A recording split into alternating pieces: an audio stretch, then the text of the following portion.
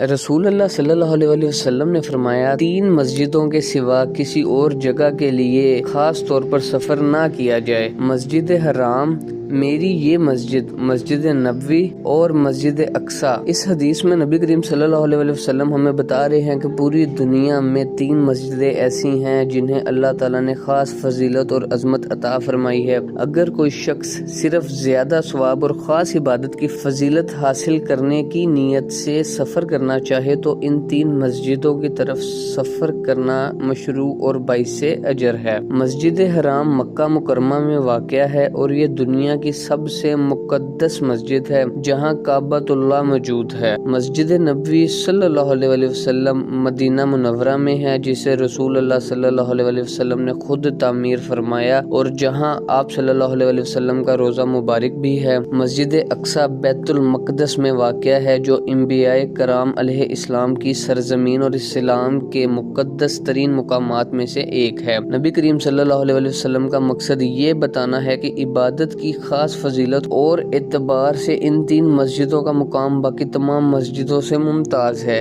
اس لیے اگر کوئی شخص کسی جگہ کی مخصوص دینی فضیلت حاصل کرنے کے لیے سفر کرے تو ان 3 مسجدوں کا انتخاب سب سے زیادہ اہم ہے۔ مسجد حرام، مسجد نبوی صلی اللہ علیہ وسلم اور مسجد اقصیٰ اسلام کی عظیم ترین مسجدیں ہیں۔ ان مسجدوں کی زیارت اور وہاں عبادت کرنا بڑی سعادت ہے۔ مسلمان کے دل میں ان مقدس مقامات کی محبت اور احترام ہونا چاہیے۔ ان مسجدوں کی فضیلت ہمیں اپنی عبادت اور دین سے تعلق مضبوط کرنے کی ترغیب دیتی ہے۔